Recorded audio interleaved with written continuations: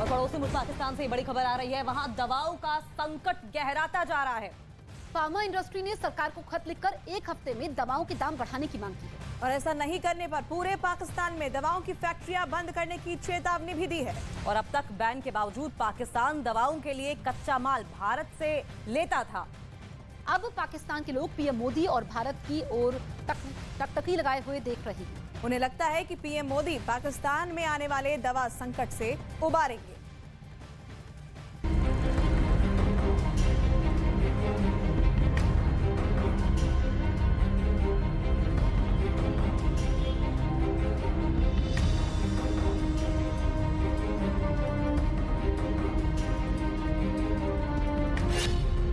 Record महंगाई,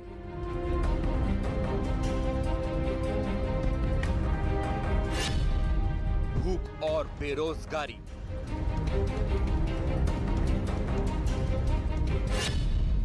दाने दाने को मोहताज पाकिस्तान,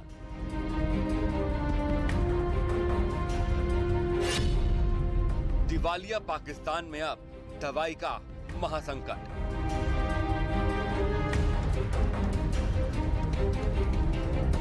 पाकिस्तान में शहबाज सरकार की मुसीबतें लगातार बढ़ती जा रही हैं।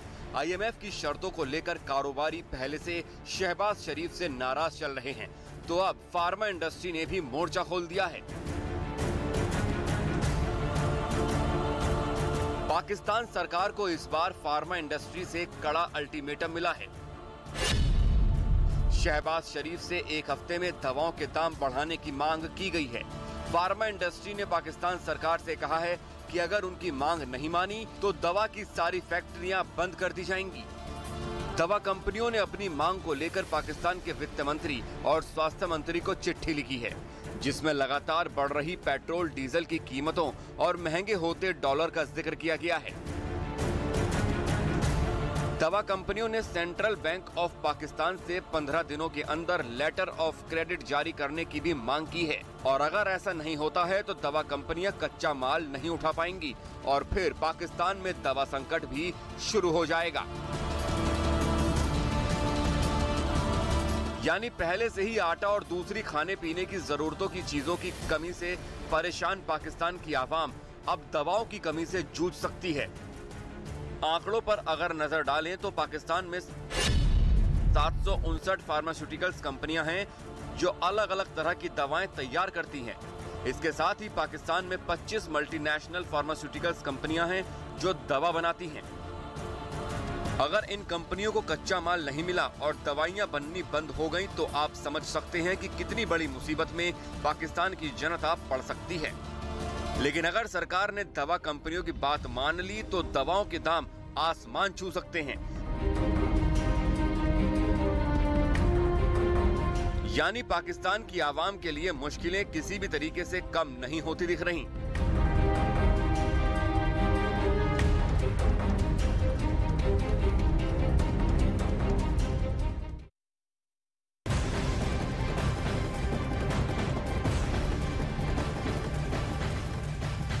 कंगाल पाकिस्तान पर डिफॉल्टर होने का खतरा मंडरा रहा है। अगर ऐसा होता है तो पाकिस्तान में लोगों की चुनौतियां और भी ज्यादा बढ़ जाएंगी। पाकिस्तान के डिफॉल्टर होने पर पाकिस्तानी रुपए की ताकत खत्म हो जाएगी। इसके अलावा लोगों के पास पैसा तो होगा लेकिन वो कुछ खरीद नहीं पाएंगे। अगर पाकिस्तान डिफॉल्टर हो गया तो महंगाई और बेरोजगारी 7वें आसमान पर होगी और देश में प्रोडक्शन नहीं होने की सूरत में अर्थव्यवस्था पर काफी बुरा असर पड़ेगा। इसके अलावा डिफॉल्टर होने पर पाकिस्तान को अपना चालू खाता 0 पर रखना होगा।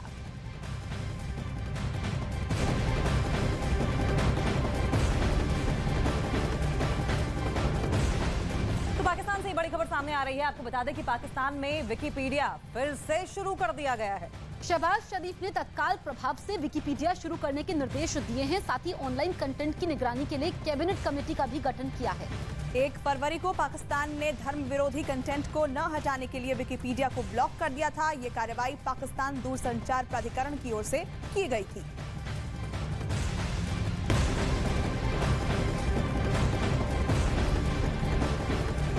कंगाल हो चुका पाकिस्तान अब भारत की तरफ टकटकी लगाए हुए देख रहा है। चाहे पाकिस्तान की आम जनता हो या वहां के पूर्व मंत्री, हर किसी की जुबान पर भारत का नाम है।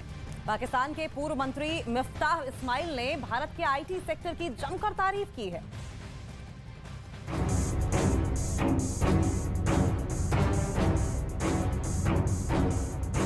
गवर्नमेंट जो है वो इस पे ज़्यादा नोटिस नहीं ले रही, क्योंकि हमारे जो स्टूडेंट्स हैं वो मोस्टली ये होता है कि उनको तवज्जो ही नहीं मिलती। ग्रूमिंग है चार में, आईटी में, और वो लोग हम लोगों से ज़्यादा आगे निकल चुके हैं। वो आईटी में काफ़ी ज़्यादा तरक्की कर चुके हैं as compared to Pakistan, but like we also need to do something in this field. Pakistan में भारत की जय जयकार, भारतीय ब्रेन का दुनिया में बजा डंका। भारत के आईटी सेक्टर के मुरीद हुए पाकिस्तान के पूर्व मंत्री। भारत की आईटी इंडस्ट्री का लोहा पूरी दुनिया मानती है। भारत के दुश्मन भी यही मानते हैं कि दुनिया भर के कंप्यूटर बिना भारतीय इंजीनियरों के चल नहीं सकते।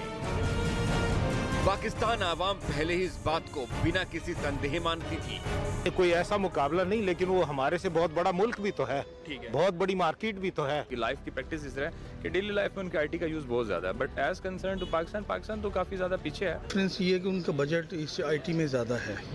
उन लोगों ने आईटी के अंदर काफ़ी बजट रखा हुआ है।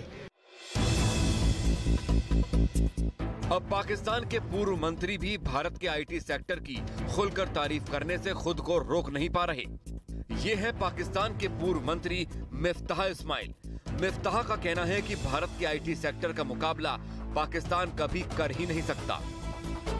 सोशल साइट पर चैट के दौरान मिफ्ताह इस्माइल ने भारत के आईटी इंडस्ट्री और भारत के इंजीनियरों की तारीफ की और कहा कि भारत की आईटी इंडस्ट्री आज तेजी से बढ़ रही है। भारत के विकास में इसका बहुत बड़ा योगदान है। पूर्व पाकिस्तानी मंत्री ने माना है कि खराब कानून व्यवस्था की वजह से पाकिस्तान में लोग निवेश नहीं करते और ऑफिस भी नहीं खोलते। पाकिस्तान के पूर्व मंत्री यूं ही नहीं भारत की तारीफ कर रहे हैं। भारत के आईटी क्षेत्र ने दुनिया भर के कई देशों में हिंदुस्तान का नाम टॉप देशों में लाने का काम किया है। आईटी प्रोफेशनल्स से लेकर आईटी इंडस्ट्री, भारत अब कई बड़े देशों से आगे है। एक ग्लोबल रिपोर्ट के मुताबिक भारत की टेक्नोलॉजी सर्विस इंडस्ट्री का साल 2025 तक सालाना रेवेन्यू 300 से 350 बिलियन डॉलर तक हो सकता है। रिपोर्ट्स में कहा गया है कि घरेलू तकनीकी सेवाओं में अगले 5 सालों में 2 से 4% की बढ़ोतरी हो सकती है। न्यूज़ 18 इंडिया की web series FIR number 208 streaming now.